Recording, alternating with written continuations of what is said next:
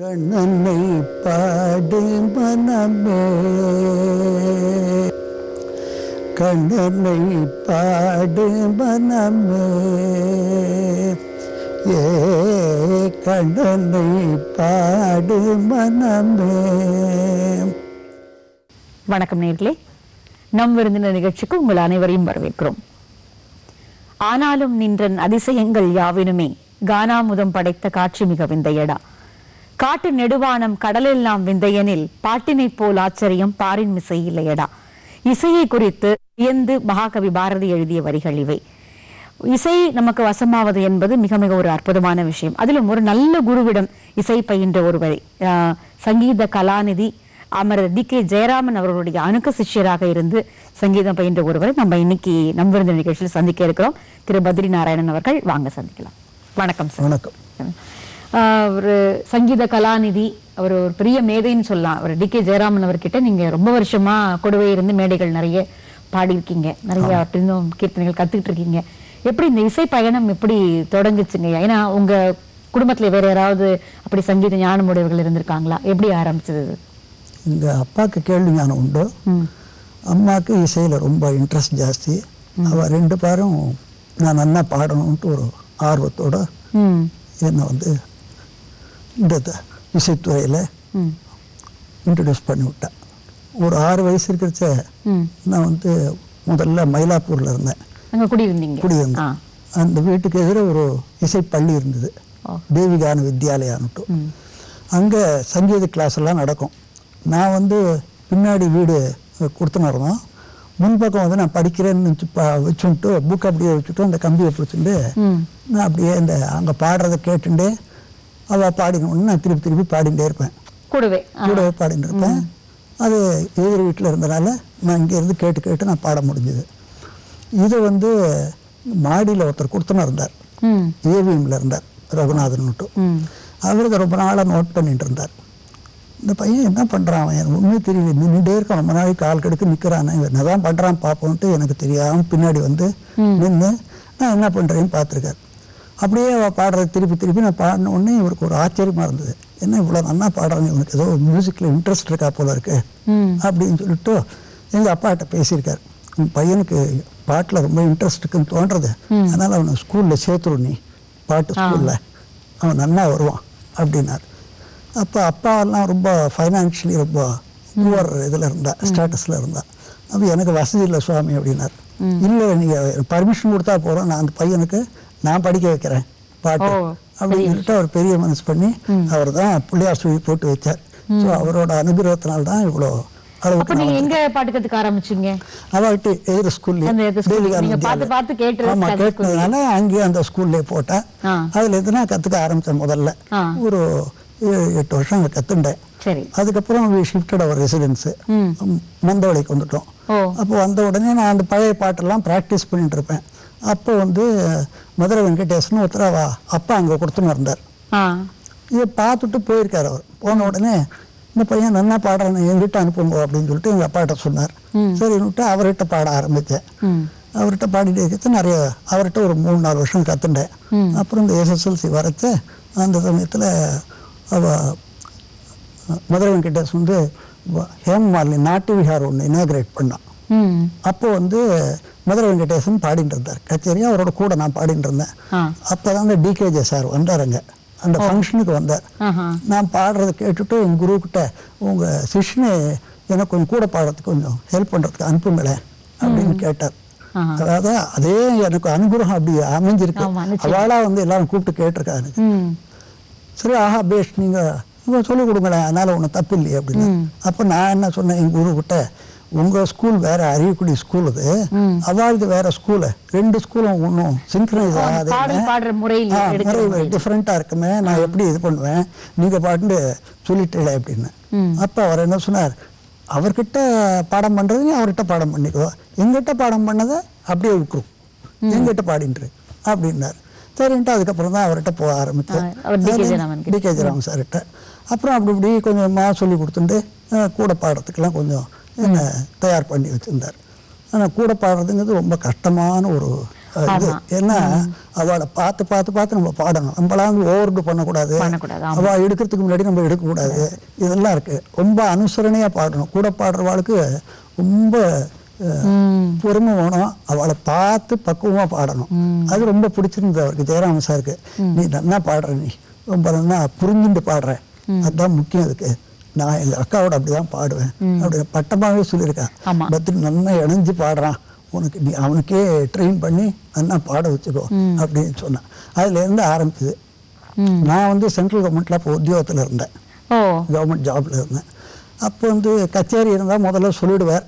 நல்லா வேட்டி எல்லாத்தையும் எடுத்துட்டு ஆஃபீஸ் கிளம்புறச்சு எல்லாத்தையும் எடுத்துன்னு போடுவேன். ஆஃபீஸ் முடிஞ்ச உடனே அப்படி நேராக கச்சேரிக்கு போயிட்டு அங்கே நான் வேட்டி உடுத்தினோடனே ஆஃபீஸில் கேட்க ஆரம்பிச்சோம், இன்றைக்கி எங்கேப்பா கச்சேரின்னு கேட்பேன். ஆஃபீஸ்க்கு அவளோட போயிட்டு கச்சேரி முடிச்சுட்டு நான் ராத்திரி ஆற்றுக்கு வருவேன்.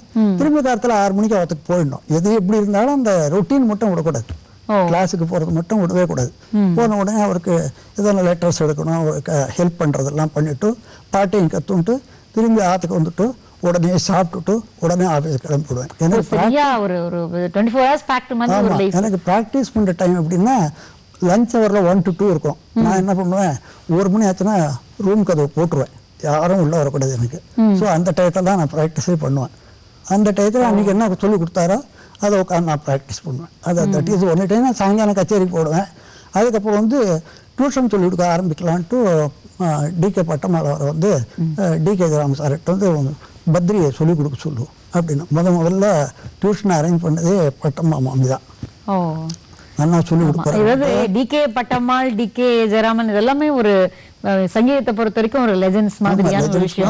அது ஒரு பெரிய கொடுப்பனை அவங்களுக்கு. அவங்களோடலாம் பழகி அவங்களோட கத்துண்டு அவங்களோட பாடுறது அப்படிங்கிறது ரொம்ப ஆசையா இருப்பார் அவரு. ரொம்ப கரெக்டா இருக்கணும்னு எதிர்பார்ப்பார் அவரு. டிசிப்ளின்டா இருக்கணும், ரொம்ப கரெக்டா இருக்கணும், டயத்துக்கு போகணும். டிகே பட்டம்மாள் இல்ல ஜெயராமன் சார் அவளும் அப்படித்தான். அப்புறம் வந்து நான் என்ன சொன்னேன், எனக்கு டியூஷன் சொல்லி கொடுத்துக்கலாம் டைம் இருக்காது சார், வேண்டாம், எனக்கு இதுவே சரியா இருக்கு அப்படின்னு. இல்லை இல்லை நீ ஆரம்பி, சொல்லி கொடுத்தா உனக்கு நிறைய வளரும், அப்படி பாரு அப்படின்னாரு. அப்படின்னுட்டு சரி சரி முதல்ல மாமி சொல்கிறாள், பட்டம் மாமி சொல்கிறாளேன்னுட்டு நான் முதல் டியூஷனை லஸ்ஸில் தான் ஆரம்பித்தேன். ஒரு லேடிக்கு அவளுக்கு தான் ஃபஸ்ட்டு டியூஷன் சொல்லிக் கொடுக்க ஆரம்பிச்சோடனே அவள் மூலமாக ரொம்ப நல்லா சொல்லித்தரான்னு சொல்லிட்டு அப்படி இப்படி டெவலப் ஆரம்பிச்சது. அப்புறம் நான் சொன்னேன், இது ரொம்ப அன்வீல்டியாக போயின்னு இருக்கேன், எனக்கு கோப்பை பண்ண முடியாது. அதெல்லாம் இல்லை, கஷ்டப்படுற டயத்தில் கஷ்டப்பட்டு தான் ஆகணும். அதனால வந்து முடியாதுன்னு சொல்லாத, நீ முடியாதுன்னு எதையும் சொல்லாத. யாரான கற்றுக்கணும்னாக்கா முடியாது மட்டும் சொல்லக்கூடாது. அவள் ஆசையோடு வரா, அவளுக்கு நீ சொல்லித்தரணும், தட் இஸ் யுவர் டியூட்டி அப்படின்னா. அப்புறம் கச்சேரிக்கெல்லாம் போச்சா ட்ரெயின்லேயே தான் சொல்லிக் கொடுப்பார். பாடம் பண்ணிவிடுங்க, நாளைக்கு பாட போகிறேன் அப்படின்பார். அப்புறம் அந்த மாதிரி ஒரு 2-3 இன்சிடென்ட்ஸ்லாம் ஆச்சு. அவர் வந்து டிகே ஜெயராமன் வந்து நிறைய தமிழ் கீர்த்தனைகளை நிறைய மேடைகள்ல பாடியிருக்கார், பிரபலப்படுத்திருக்கார். பாபநாசம் சிவன், அதாவது மும்மூர்த்திகளோட இது அல்லாம நிறைய அவர் வந்து அவர்தான் அதிகமா பாடுவார் அப்படின்னு நான் கேள்விப்பட்டிருக்கேன். இதுல வந்து ஏதாவது ஒண்ணு ரொம்ப முக்கியமானது உங்களுக்கு ரொம்ப மனசுக்கு ரொம்ப இசைவா எப்பவுமே இது மறக்க முடியாது, ரொம்ப நல்ல அந்த பாட்டோட சேர்ந்த அனுபவம் ஏதாவது இருக்கும் இல்லையா? அப்படி ஏதாவது ஒண்ணு எங்க நேயர்களுக்காக பாடி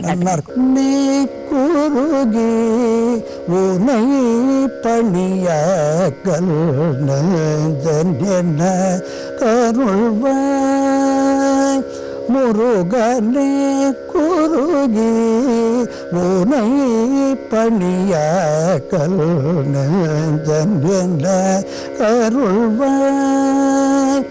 முருகனே குருகி உனை பணியாக்கல் நெஞ்சன் என்ற கருள்வாய். முருகனே குருகி உனை பணியாக்கல் நெஞ்சன் என்ற கருள்வாய். முருகனே குருகி உனை பணியாக்கல் நெஞ்சன் என்ற கருள்வாய். திக்கு வேறில்லை தீனகரண,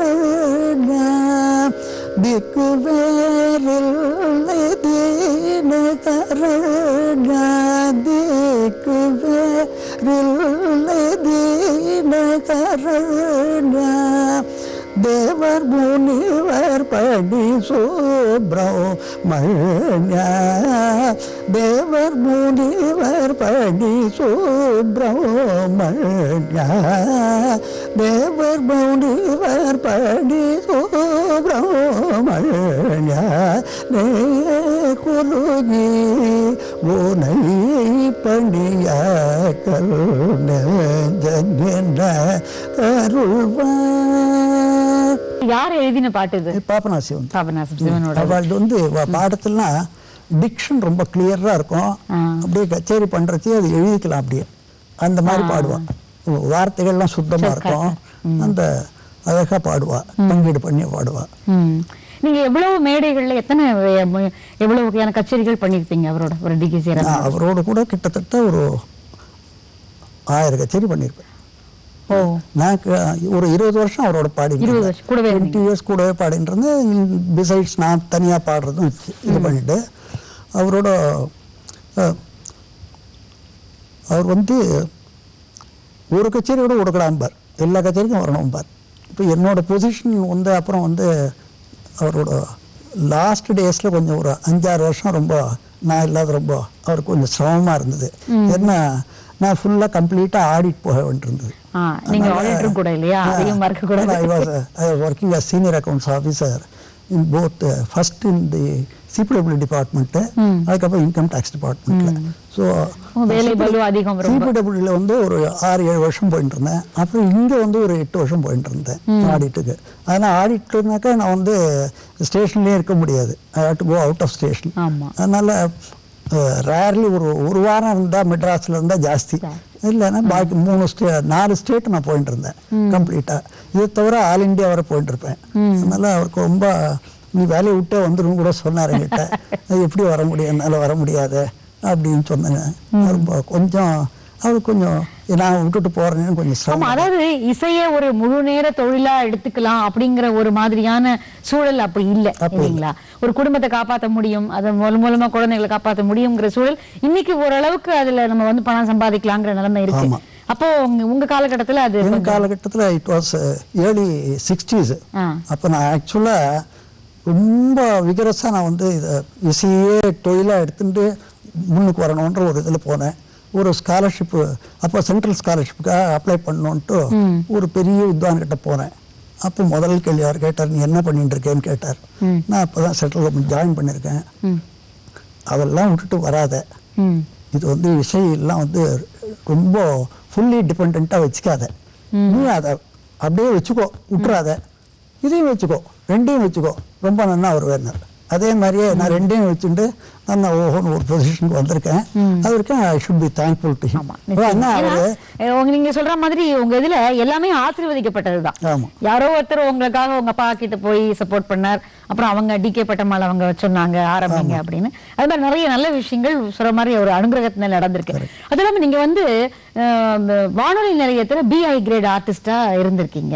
நிறைய த்ரூ அவுட் இந்தியாவில் நிறைய நிலையத்துல போய் பாடி இருக்கீங்க. அந்த அனுபவம் பத்தி கொஞ்சம் சொல்லுங்க. அதாவது நம்ம அடிக்கடி ஆடிட் போகிறதுனால I had a good opportunity to contact so many people. அந்த போகிறதுக்கு முன்னாடி நான் ஒரு லெட்டர் எழுதிடுவேன் அவளுக்கு. அப்போல்லாம் வந்து விசிட்டிங் ஆர்டிஸ்ட்ன்ட்டு ஒரு ப்ரொவிஷன் இருந்தது. அவளுக்கெல்லாம் ப்ரோக்ராம்ஸ் கொடுப்பா. they have to take a no objection certificate from the Chennai station. அதை ரொட்டீன் ஜாபாக பண்ணிடுவா. பட் நான் முன்னாடியே இன்ஃபார்ம் பண்ணுறதுனால சில ஸ்டேஷன்ஸில் நிறைய ஒப்ளைஜ் பண்ணி எனக்கு ரெக்கார்டிங்ஸ் எல்லாம் அரேஞ்ச் பண்ணுவாள்.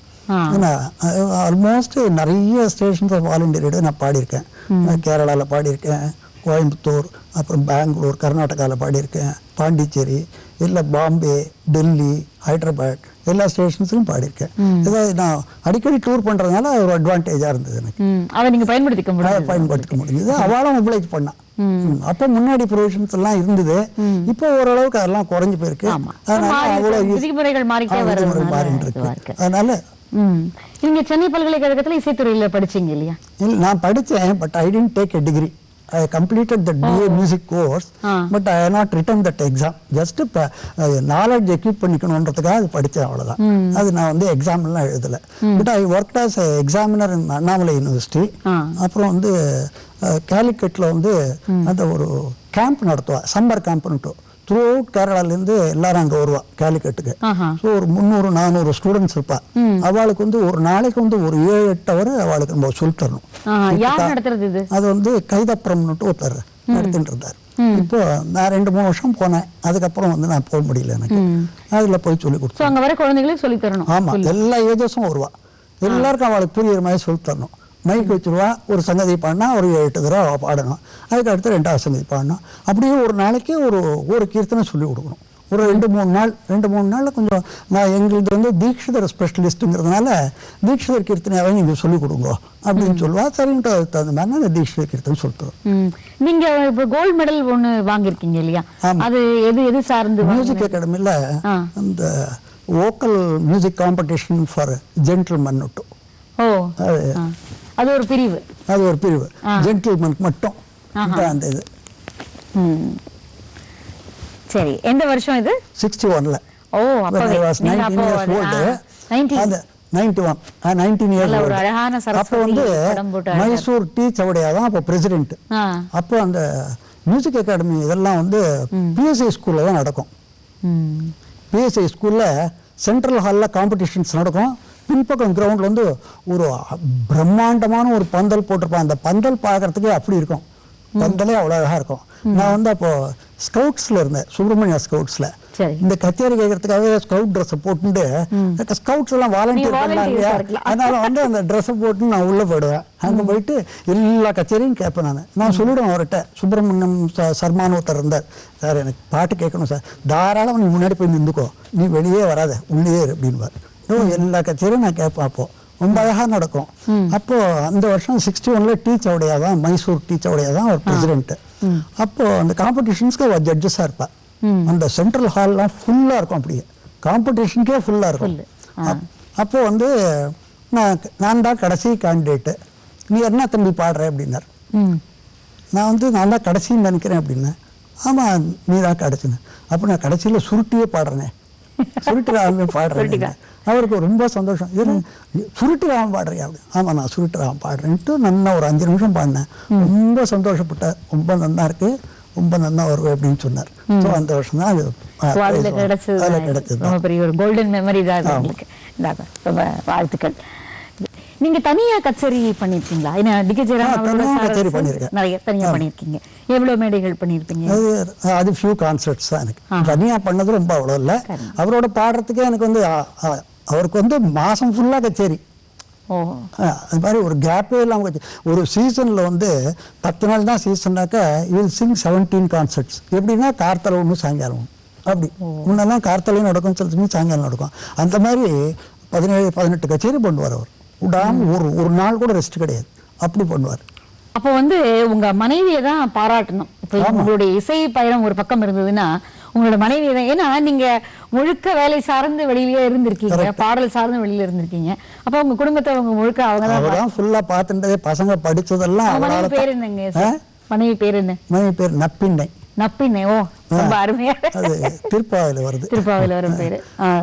என் பையன் 2 பேர் வந்து ஒருத்தன் துபாயில் இருக்கான், ஒருத்தன் ஹியூஸ்டன் யூஎஸ்ல இருக்கான். அவன் டியூஷன்ஸ் கிளாஸஸ் எடுக்கிறான். 2வது பையன் பாடுறாரு. அவன் கிட்ட கத்துண்டான், பாட்டு பாடுறான். இவன் மிருதம் கத்துண்டான், அவன் கண்டினியூ பண்ணல. பெரிய பையன் அவன் பண்ணல. ஓரளவு உங்க சின்ன பையன் வந்து உங்க துறை சார்ந்து ஓரளவுக்கு. இல்ல நீங்க வந்து நிறைய த்ரூ அவுட் இந்தியா போயிருக்கீங்க, பாடிருக்கீங்க, ரேடியோல பாடிருக்கீங்க. மறக்க முடியாத அனுபவம் ஏதாவது ஒரு பெரிய வேற யாராவது ஒரு லெஜெண்ட் சந்திச்சது? மறக்க முடியாத அனுபவம்னா ஒரு எங்க சாருக்கும் டிகேஜே சாருக்கும் காரைக்குடி மணி மிருதங்க வாசிக்கிறார் இல்லையா, அவர் 2 பேரும் ரொம்ப க்ளோஸ் ஃப்ரெண்ட்ஸ். ஒரு தடவை பாம்பே போயிட்டு இருக்கு. பாம்பே கச்சேரி, ஒரு ரேடியோ சங்கீத் சம்மேளன் கச்சேரி இருந்தது. அப்போ காரைக்குடி மணி சாரோட குரு சுராஜானந்தான்ட்டு ஒரு கீர்த்தனை டு ஜெயராமா நீ எப்படியான பாடணும் இந்த கான்சர்ட்ல அப்படின்னு சுராஜானந்தா அவர் குரு எழுந்து இவர்கிட்ட கொடுத்து பாட சொன்னார். ரொம்ப ஷார்ட் நோட்டீஸாக இருக்கு, எனக்கு பாடுறது முடியுமான்னு தெரியல.